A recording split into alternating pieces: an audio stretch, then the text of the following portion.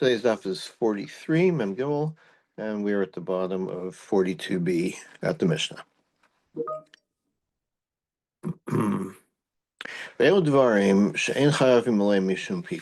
These are things which you're not chayav, you don't violate, or you don't are not liable for the pigul, for kares. If we actually skip to the end of the Mishnah, we'll see the organizing principle here, which will make it a little easier to follow. So let's see, the very end of the Mishnah on the next page is Kol she'eino al hamizbeach hachitzon kishlamim ein chayavim lav mishum pigul. Oh, sorry, no, that's the Rabbi Shimon. It's in the middle of the Mishnah. In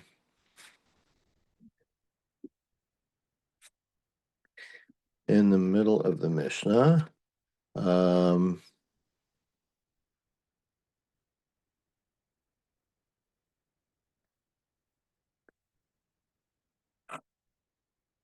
On the sixth line, at the very end of the line, anything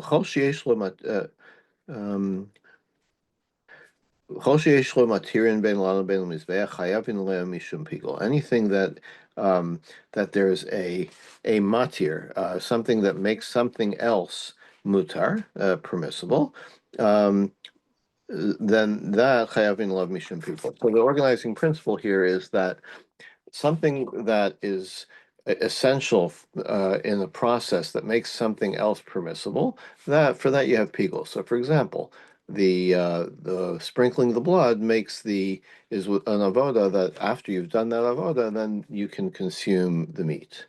Okay, but there are things which, as we'll see, they're just standalone. They're part of the avoda, part of the carbon, but they're not instrumental in making something else permissible. So that pigul doesn't apply. So let's see, what are things that are not pigul? Hakometz. So this is the where the kometz is like a fistful, right? The kohen takes from an incense offering, kataras. The kohen takes a fistful of the sorry, not kataras, but let's say a mincha, right? A flour offering.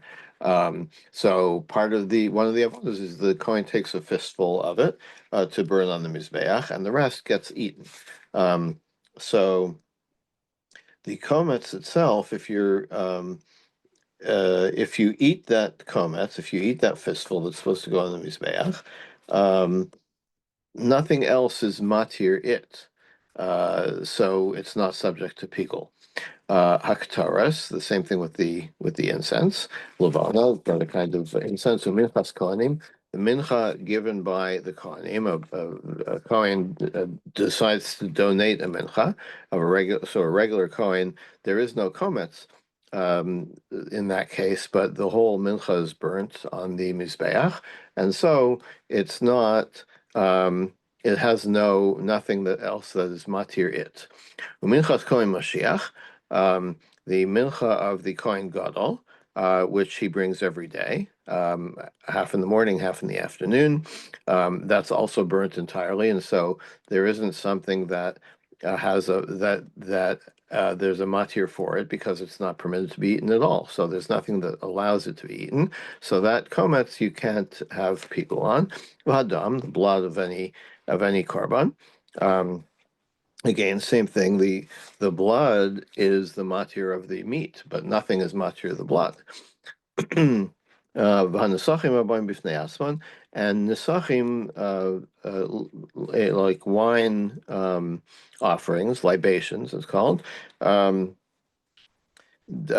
every carbon comes with a nesach, right? V'nisko yayin chatzi yahin, right? It's nesach, it's wine that comes with a carbon, but there is such a thing as a minchas nesachim. That you can just bring a mincha by itself, and that gets burned entirely. So again, if it's brought by itself, then there's no pigul because it has no matir. And the Chachamim say, Af habayim ima behema. Even the nesachim that come together with the carbon, there's no pigul for them. As we'll see that since it doesn't have to be brought on the same day as the carbon itself, then it's matir itself. It's not waiting um, for the carbon to be brought. The carbon was already burnt a week ago, and this comes by itself. Log shel shaman mitzara. What about the oil that a mitzora brings as part of his purification process? So what happens is the Kohen he first puts applies some blood to the earlobes of the mitzora, and then sprinkles some of the oil that the mitzora brought to the meat towards not towards the mizbeach, but towards the kodesh kadashim, and puts some on his body. And on his head. And the rest of it, the kohanim get to use the rest of the oil. Rabbi Shimon Omer ein chayvim mishum pigul. Rabbi Shimon says there's no pigul because in other words, if the carbon itself became pigul, the oil doesn't become pigul, because Rabbi Shimon holds that the dam is not the matir of the oil, and as we'll see, the Chachamim say the dam is the matir of the oil. Sorry, not Chachamim, but Rabbi Meir. Meir Omer chayavim lav mishum pigul shadam ha'asham matira, because when you do the zrika sadam of the asham, that's what allows the leftover oil, to be used by the kohanim. Anything that has a matir, chayavim lav mishum pigul. That's the principle we mentioned before. If there's something else that's matir this thing, you can do pigul, but if there's nothing else that's matir this thing, then there's no pigul. Now ha'ola. What about the carbon ola that's burned entirely on the mizbeach? Dama matir es basar on the mizbeach. The blood, sprinkling of the blood on the mizbeach, allows that. Now nobody's going to be allowed to eat the ola. As I said, it's burned entirely on the mizbeach, but you can't burn it on the mizbeach until the blood is applied. The oral kohanim, and it also permits the skin to be used by the kohanim. So it's only the meat and the innards that are burned, but the skin is used by the kohanim, and that is only permitted once the blood is sprinkled. Ola sa'ov, dama matir b'sar l'mizbeach. Same thing for an ola of a bird. Chata sa'ov, a bird chatas, dama matir b'sar l'kohanim. Who gets to eat the chatas? The kohanim get to eat the meat of the chata sa'ov. Only after the application of the blood. Parim hanisrafim, musirim hanisrafim. What about the bulls and the goats that are burned on the mizbeach? So, for example, we spent a lot of time recently talking about the communal offerings, either of the Sanhedrin of the Kohen Gadol, or the whole the Kohen Gadol or the Sanhedrin. Them daman matir is ve'erim likariv. There's a matir there. The blood allows their innards to be burned on the mizbeach. Rabbi Shimon Omer kol she'ein al mizbeach hachitzon kishlamim. Anything that's not on the outside mizbeach. Remember, there's two. There's the big mizbeach outside and the small mizbeach inside. Ein chayavim lav mishum pigul. If it's not burned on the outside like a shlamim, then there's no pigul doesn't apply.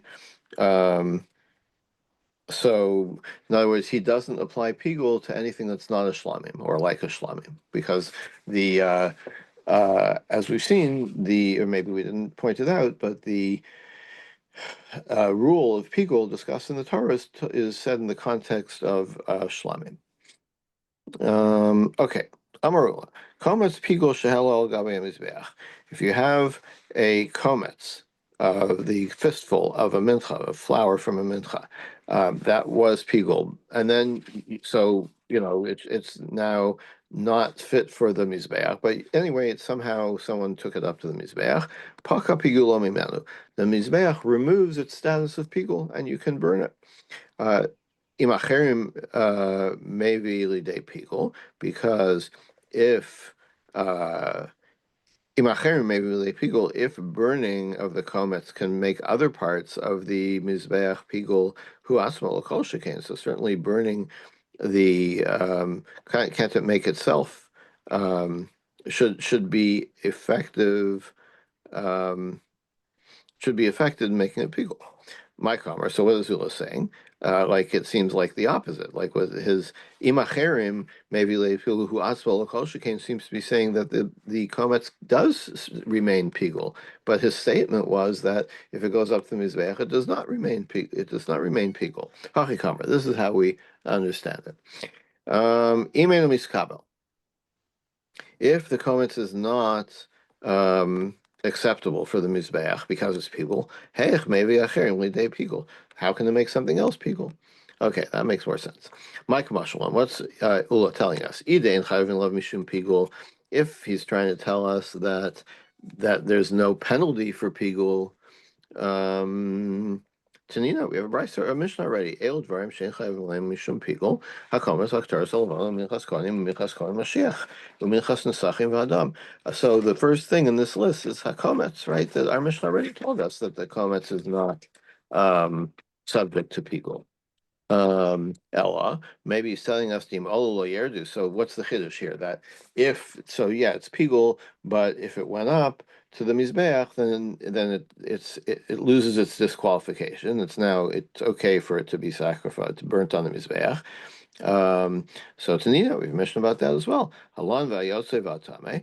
It's a general rule that something that was either stayed over some of a something a carbon that was supposed to be burnt, but it stayed overnight without being burnt. That's lan v'ayotze, or it left the mikdash, or atame, or became tame. V'shenishchat chutz l'zman chutz l'mkamo, or pigul. It was slaughtered with a thought of being eaten outside of its time or place. If they went up to the Mizbeach, then don't bring them down. In other words, they are now kosher again for the Mizbeach. So we have a mission about that. So what's Ula telling us? Viela, maybe he wanted to say, Dim Yerdu, Dim Yardu, Yalu, that maybe he's trying to tell us that, yes, I understand that you have pigul. It went up to the Mizbeach, and so now it's kosher again, because the Mizbeach kind of, gathers it in or changes its status, makes it holy again. But now somebody took it down mistakenly, right? So maybe it shouldn't go back up. Maybe it's lost its status again. Hanami Tanina, maybe that's what he's telling us. Hanami Tanina, we have a mission about that as well. Kashem Shimol Layerdu. Right? This Mishnah is telling us specifically what you're trying to ascribe to Ula. So Gemara says, "Lotzricha." What is Ula trying to tell us? Shemashla bahen haor. Um, if it was already like dominated by the fire. So you might think that, in other words, like now it's much of it has been burnt. And then you rescue some of it from the Mizbeach, and you're like, oh my God, this was pigul, it shouldn't have been burnt, and you take it off the Mizbeach. It tells you that, so Ula is telling us that no, once it's been dominated by the fire, the whole thing now becomes kosher again, and you can bring it, you've rescued it from the Mizbeach, as it were, but you can bring it back up. So Gemara says, well, we know that already too. Hanami Amar Ula Chadazimna. Ula already said that somewhere else. Yamar Ula. Lo Shano Shalom Moshel Ben Ur.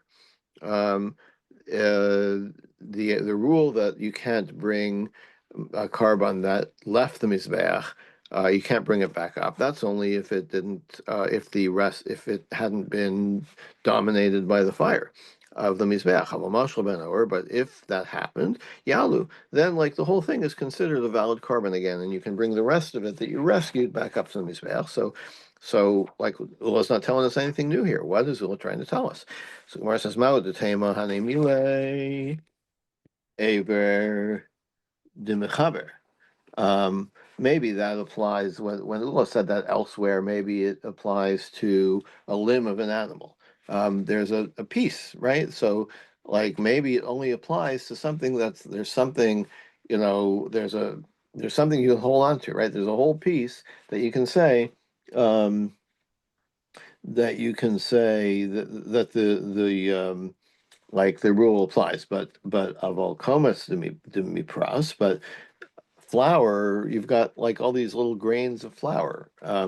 So um, it's it's not like there's a piece of flour that um,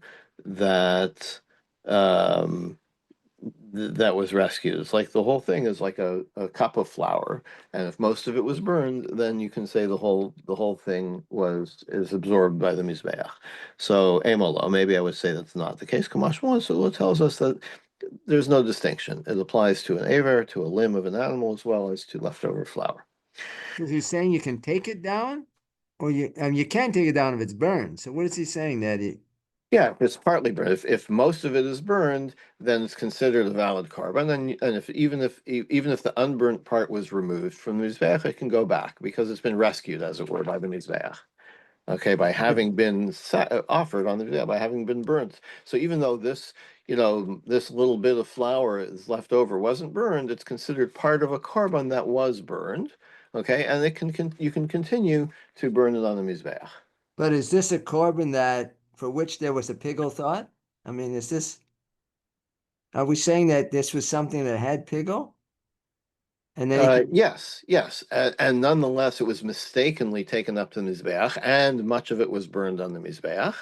Right? Even if the minority that wasn't burned yet is removed from the mizbeach, it can go back. It's now kosher again. Okay, the idea is that you're not supposed to burn this on the Mizbeach, but if you did, then the Mizbeach kind of cancels the Pigul status. And it cancels, Ula is telling us it cancels the Pigul status even for the minority of it that didn't actually get burned yet. But since most of it got burnt um, on the Mizbeach, then the whole thing becomes a valid korban again. The Pigul status is removed. So it's valid for kapara. I guess. Well, that's a good question, actually. Is it valid for kapara? I don't know. That's a great question. Maybe not. Um, let's see. It can be burnt. Is it valid for kapara? My guess would be no, but I don't know. It's a good question. So what's it What do you valid think? for? What do you think? Not sure. I'm. Well, what would it be? What when we say it's valid for what? It's kasher for what? To eat? I mean, you're burning it, No, right? you're burning it, right? But the question is, can you burn the rest of it on the mizbeach or not? Right? Or is it, condemned to be, I don't know, destroyed or something in some other way? That's a psule hamukdashin. And the answer is that it's now part of a valid carbon. That is, it's permitted to be on the Mizbeach. And so you can bring the rest of it back up and burn it. Whether you get kapara is not addressed here. I'm going to guess no, but that's just, I'm not sure. Are we saying the rule ain malim bakodesh ain yordimbo? But this wasn't really kodesh then. You shouldn't have put it up there. Um, yeah, I don't think that's exactly the same thing. Malim Bakodesh Vein Moridin is like a principle that maybe it's kind of derived from here, or it's like a literary reference to this, but it's not quite the same. Um, No, I would think not because one wasn't supposed to put it there. yeah, So it really didn't assume the status of kedusha because it wasn't supposed to be there. yeah. Um, But in some cases, the meat is eaten. Not here. I mean, the chatat, the Kohen eats part of it. So yeah. you burn it. So if this was a chatat or a shlamim, let's say, where Yula was Hmm. talking about Hmm. shlamim, Hmm. then would it be now that it's put on the mizbeach? Would it be permissible to eat it? Things Does that it go up lose to the its pickle mizbeach get status? burned. Things that What? go up to the things that go up to the mizbeach are the things that get burnt I see. on the mizbeach. Okay, so so what about the rest of the animal that doesn't go on there? Now that this animal loses its pickle status, could one eat the Yeah, remaining? I think it seems like yes, right? Well, again, not sure. Um, I think that maybe I want to say this rule only about an Ola. Um, But Ula was talking about shlomim, wasn't he? Didn't he? Or who said it? Who Shimon? Rabbi Shimon said that the pigo applies to shlomim, right? Um, Yeah, I think so. yeah. Yeah, these statements of Ula were about the komets of a mincha. Um, so can you read the rest? Because Yeah, if it it seems like Ula is saying that the whole carbon now loses its status of pigul, is it's rescued. Seems to be what he's saying. so then one could eat what isn't burned, presumably, right? Seems like, yeah. Uh-huh. That's how I understand it, yeah. Amar Avachai, so Avachai kind of sums up. Hilkach, therefore, high komets pigul, if you have the fistful of pigul, to palge mache sa'ara v'palge aske amaracha, that half of it went up to the Mizbeach and got burnt.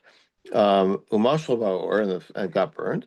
Masikna leila kulei lechatchila, then you can bring even the half that never went to the Mizbeach in the first place can also go up, because again, this the mizbeach rescues the whole, even though only part of it got burned, the whole komets is rescued, and there's no and now can be brought to the mizbeach. Amar Yitzchak bar Amar B'Yochanan, Hapigul v'anoser v'atame shehelen l'gami mizbeach. If you have any of these invalid karbanos, pigul leftover or tame, but they did go up to the mizbeach. Paka Yisrael Mehan. The mizbeach rescues them, and they're no longer forbidden. Amar Chizda Mari Dechi, Mizbeach Mikvatara. Like, where do you get this from? It's not, it's like the Mizbeach is like a mikvah. Mikvah, like a Yeah. mikvah.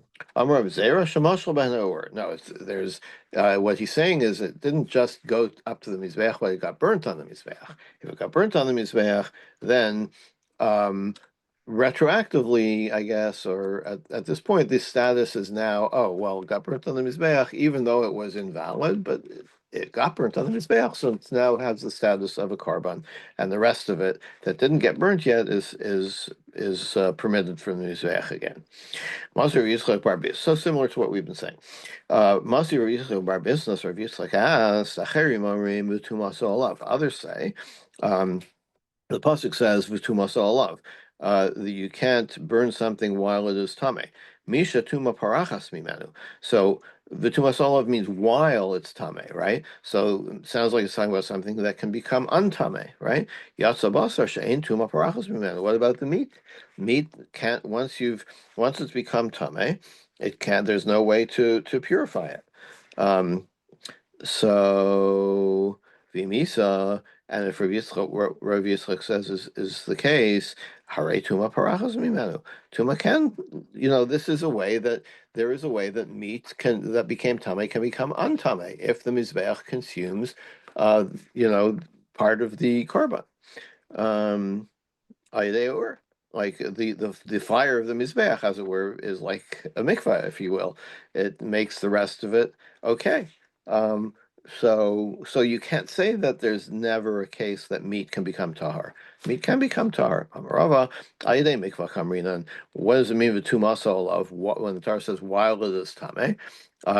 It means something that can become tahar through a mikvah, not through the fire. Okay, Not well the we're meat then. Not meat then. right, right. So where he gets that from, it's a bit of a fetch, right? But Rava's interpreting it the way that that makes the Acherim kind of makes sense.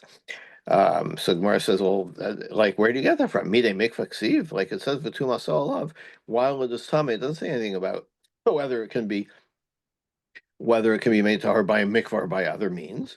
El Rav Papa b'sar shlamim maskin. We're talking about when the acherim are talking about the meat of a shlamim d'lo chazil hakrava. So there is no the meat of the shlamim doesn't go on the mizbeach. It gets eaten by the balim, right, by the owners. So and the owners, the kohanim. When they say that meat isn't part of this rule. It means the meat of a shlamim, because the meat of a shlamim, there is no case where it goes and gets burnt on the mizbeach, and so it can't be. So there is no way for it to be um, made tahar. How can they remove, according to this, how can you remove pigo from a shlamim? You can't. Yeah, right? so Because what's the only way to remove pigul status is if the rest of if it's part of a korban, which the rest of it got burned on the mizbech. But with shlamim that can't happen because the shlamim doesn't get burned on the mizbech. The meat of a shlamim doesn't get burned on the mizbech, right? The emurim get burned on the mizbech, but not the meat, right? So there is no case in which the mizbech can rescue the meat of a shlamim because it doesn't has nothing to do with the meat of shlamim. It never goes there. And so, therefore, it's not subject um, to this being rescued. they don't want to go as far as to say that since the emurim are part of the animal, Right. and there's a Yeah. shaykhut between the animal and the meat, so therefore that could rescue the pig or the animal. They don't want to go that far. Right. Apparently not. Correct. Ravina Amar Ravina has another answer. V'tuma soul of Misha Tuma Parachas Mimenu Kishu Shalim. What's this rule that there's another way to accept to exempt meat? Um, what is possible on the mizbeach because it's tame? Um, Only something that can become untame while it's whole. Yatzabasar davar shein tuma parachas kishu shalim el kishu chaser. Even if you talk about the meat of other korbanos that do get burned on the mizbeach, um, it wouldn't help because the exemption here in this pasuk is the whole thing. Can the whole thing become uh, um, like does the whole thing stay tame? Um, and since the this procedure or this exemption requires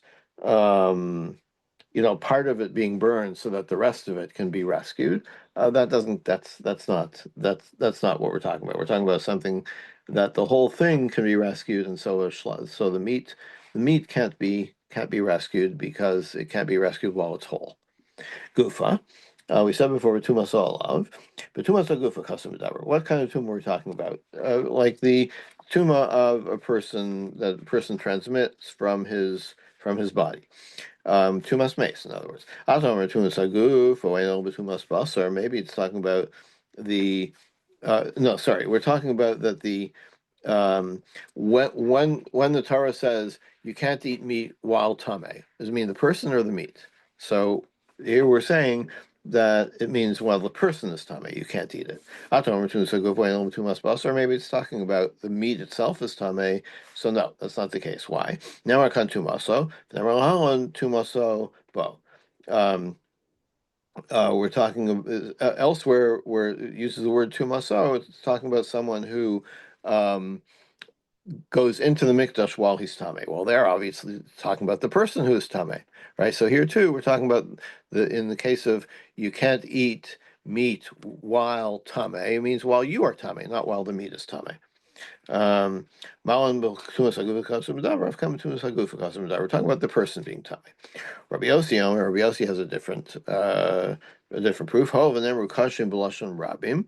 Um, Hov and Nemru Kadshim B'lashon Rabim. Um, since we're using the plural, where do we use the plural? The plural. Um,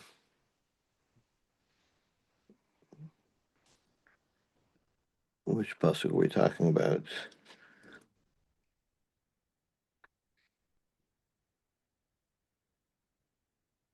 Oh, the word shlamim itself is plural, right? So if we're talking about the meat, then it should use the plural v'tumas sam alehem, right? That the meats are tame, but since it uses the singular, it means the person who's tame. Rabbi Yomer v'achal, a third way of figuring this out. The achal mibsar zavach shlamim v'tumas olav, and he eats in other words, the subject of the sentence is the person. V'achal, the person eats v'tumas olav while while tame. So since the subject of the sentence is already the person, we're going to apply the clause v'tumas olav. We're going to assume that means the person is tame. And the fourth proof, Acherim Amar V'Tuma Alav, Misha Tuma Parachas Mimenu, Yosabasar Shein Tuma Parachas Mimenu. That's the context in which this was said, what we just saw, that how do we know it's talking about the person, not the meat? Because it's something, it's talking about something that's tamei that can be untame, that can become tahor. And that's only the person, not the meat. The person can go to the mikveh, right? The meat cannot become untame, cannot become tahor. So that's how we know we're talking about what's the Torah talking about when it says don't eat while tame means don't mean while you are tame, not while the meat is tame. I mean, you can't eat the meat, the kachim meat that's tame either, but we're talking about this particular pasuk. Amar Mar, Rabbi Amar B'Yachal B'Tumas Agufas Kasu Medaber. So, looking at Rabbi's proof, where he says like the subject of the sentence is the person, so we're going to apply that to the whole sentence. My mashma. Um, mm, um, what's the question here?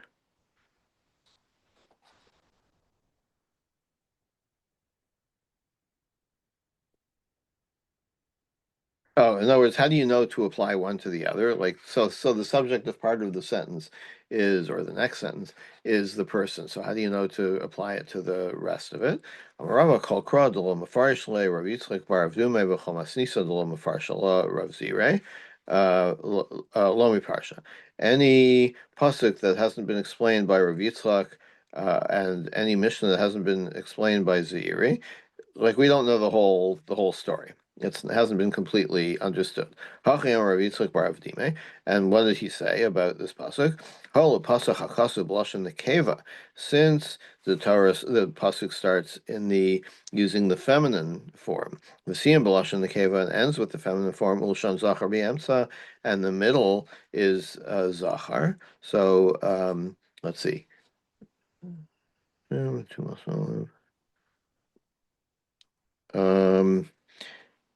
um, Yeah, talking about the nefesh that gets kares uses the feminine, and talking about the meat is the achal, and he that's in zachar. Betumas, one second. Betumas agufa kasu medaber. We're um, so we're talking about the one second.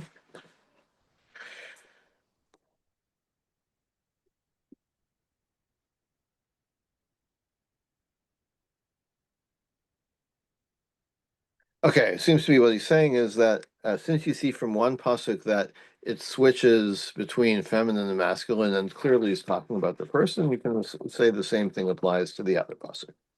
Um, Now, Masnisa, what about the idea that a Mishnah has to be, if Ziri hasn't explained the Mishnah, then we haven't gotten to the bottom of it. The Tanya, what's that about? Im nemru kalos, lama nemru chamuros. Im nemru chamuros, lama nemru kalos. Brisa says about someone who eats kachim while he's tame. Um, uh, so. Um, this is a pasuk that deals with both with all kachim, including maser, truma, and kachim, right? So, like, why does it mix those all together? Like, if like it could just tell you don't do this with maser, and certainly you'd know not to do it with kachim, which is much more chamor. Um, V'nemer chamuros, lama nemer kalos, and if one second.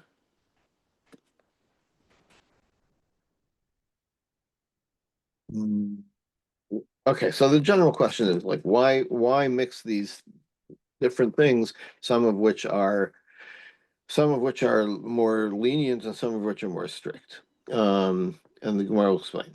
Im namar kalos v'lo chamuros, if it only mentioned like the easy things like maser, haisi omer ala kalos b'la ve'ala chamuros b'misa. Maybe that there's a distinction in that maybe there's only a losase for for the kal for the maser, but anything more stringent like kachim, maybe you get the death penalty. So it tells you no. it includes kachim in this rule that it's just a losase. V'imnemar chamuros. If it only said that for kachim you get it's included in the level and never kalos, and it wouldn't say about Masar. You know why you're chayav? Because it's kachim. That's really bad. But Masar is not so bad, so maybe it's not included. Or kalos. So it says both kalos and chamuros to tell you that they're all forbidden and they're all the same level. Now, my kalos, my chamuros. One wants to know, what do you mean by the lenient ones and the strict ones? Ilema kalos Masar chamuros truma. If you want to say that it's comparing Masar and truma, so hayisi omer b'misa. What I've said that you should hashanami habemisa. Um, um,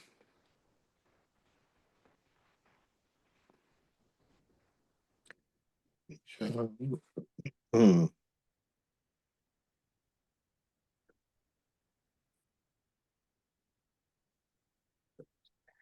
Elam calls Maser Chamuras Teruma, Haisi Amr B'Misa. Like, why would the Brisa say that if only the Kal was mentioned, I would have said that you get death for the more stringent one. Truma, why would you get death for eating improperly Truma? Hashaname Habamisa. Um, so now you're going to say that you do get death penalty. Vilo Namar, and if it hadn't mentioned the chamuros, Hayisi Omer B'Misa, Dialabamina Lias Kanidon. That's not how a Kal V'chomer works, right? If you have a Kal V'chomer, if Maser you get punished with a lav, then you're over a lav, then something that's more stringent like Kachim would be even more. That's not how Kal V'chomer works. Dialabamina Lias Kanidon. It's an ironclad rule about Kal V'chomer. You can derive one thing from another, but you can't say it's worse than the other. Um, El kalos tumas sheretz, chamuros tumas mace. Now, we're going to understand as follows. What does it mean by kal and chamor? Kal means something that's tame because it came into contact with the sheretz, and chamor is something that is tame because it came into contact with a dead body, a person. Ulamai. And what kind of what kind of substance are we talking about? Iba truma, if we're talking about truma, idividu b'misa. In either case, you eat truma that's tame from either one, so you get the death penalty. So it's not it doesn't fit what the Brisa said, which is the lenient one, you only get a lav. It's not the case with Truma. The two, and also Lekach Nemru Chamuros, Dibalav. Like the other way around, also, that if you say that's why it mentioned the more strict one, meaning that to imply that the stricter one also just gets allowed, just like the kal, habamisahi. But truma is, if you eat truma that's tame, while you're tame, it's a death penalty. Vibachilas. So okay, so it's not. We're not comparing maser and truma. Vibachilas maser. Um, and if we're talking about eating maser while you're tame, ibla nemer chamuros, isi omer la chamuros b'misa, ha mitumas sheretz kasya. Um, yeah, but yeah, the same idea, right? That you can't derive from a kal v'chomer a more strict punishment. So now we're getting to the point. So how did Zire explain the Mishnah? Kalos tumas sheretz. The kal, the lenient rule is don't eat this when it's tame because of a sheretz. Chamuros tumas mace, and the more stringent rule is about being tame from touching a dead body. This is what the Bryce is saying. Ilu nemar tumas sheretz, v'nemar maser truma. If we were only talking about tumas sheretz of maser and truma, v'lo nemar tumas mace, and we hadn't talked about the chamor, right? The tuma from contact with the corpse. Hayisi omer kalos. So what is it said about the kalos? In other words, the sherets, the tumas sherets, al hakalos b'lav yal chamuros b'misa. I would have said that. You know why it only mentioned the kal, the tumas sherets, because that's only allowed. But if you consume them while you're tame mace, then you would get the death penalty. Umida kalos al chamuras b'misa, and the kal tuma makes you for kodshim, which makes you liable to the death penalty. Chamuras name ala kalos b'misa. So maybe the chamur ones makes you liable to the death penalty for kodshim. Chamuros. So that's why it tells you that the chamur, which is the tumas meis, is mentioned in specifically to tell you that every person who is in even a person who is has tumas meis, it's only allowed for eating maser. Okay, so we're kind of mixing a lot of categories here in order to make this come out, but by mixing in all the cases of both tumas meis and tumas sheretz, as well as the different categories of truma, maser, and kachim, that's why the Torah has to tell you mix in to tell you that all of these three things, truma, maser, and kachim, have the same rule of whether it's tumas sheretz is a lav and tumas mace is the death penalty for all those things. So how do we summarize this? It's getting a little confusing. Yes. Well, I think I just tried to summarize it right there. That that the Torah tells us all of these things, right? All the three things, Truma, Maser, and Kachim, tell us the rule about all of them to tell you that all three of those things, if we're talking about Tumas Sheretz, it's a lav, and if you're talking about Tumas Mace, it's a death penalty. For all of them? Yeah, I Or think that's even right. for Maser? No, wait a minute. No, I would have thought, I'm sorry, I would have thought that. So that's why the Torah tells you that no, everything is a lav, right? I would have thought it might be tumas meis is death penalty, just like it is for like it can be for I would have like just as so truma. So the three things, if they have tumas sheretz, is certainly a lav, and I might have thought that for tumas mace it would be death penalty. So that's what the Torah is telling us um, that even tumas mace, um,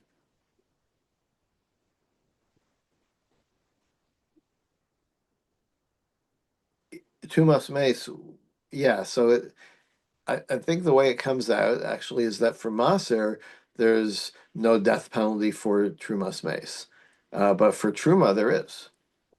And for Kachim? And Kachimir, yeah, I think yes. That's more Hummer. I thought that it was Kevel that had the penalty of death at the hands of heaven. I'm sorry, Untied produce, yeah. not or maestro. I don't think we're dealing with untithed produce here. We're talking about Maser, Kachim, and Truma. It's clearly not. So Tevel is like eating Truma, though, no? If you Mm. eat Tevel, the problem with eating Tevel is that there's Truma is mixed in there, or potential Truma. I thought we were talking about Truma eaten by a non-Kohen here. No, even a Kohen who is Tameh is not allowed to eat it. Oh,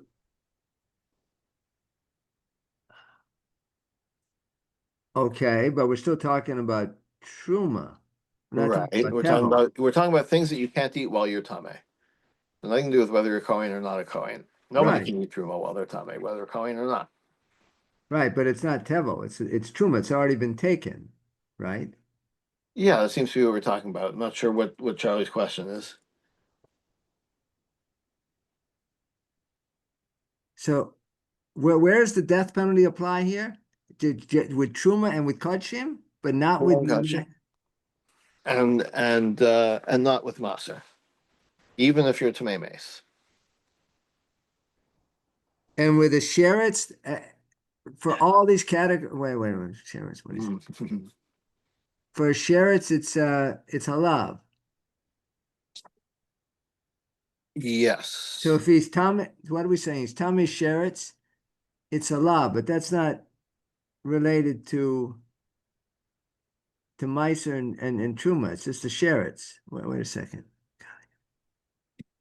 No, we're not talking about eating a sheretz. We're talking about something that was made tame by a sheretz. Right, exactly. I'm not talking about eating it, but he's touching. It becomes tamei sherets by touching it. So, but what's the relation between that and Meiser Truma and Kachim? And he's tamei sheret. So if he eats Meiser, if he eats Truma, if he eats Well, he Kachim, is state it's as all tumah. alav. Yeah, that's correct. And for tamei mate is it Well, would it depends. be, For maser, it's not so bad to eat as a tame made, but for truma, it is bad. It's a death penalty. and for Kachim as well. I believe so. Yeah. All right, I'm not sure I saw this from the Gemara. Yeah, it's a little obscure. That's true. It's a little hard to follow all the details, but I think that's the way it comes out. And what about kalot, kachim kala, kachim kalim? I don't think there's a distinction. Kachim is kachim. Uh-huh. We do make certain distinctions, though. Yeah, but not with regard to the rule about tuma. Yeah. Okay. Okay. Have a good day, everybody. See you tomorrow.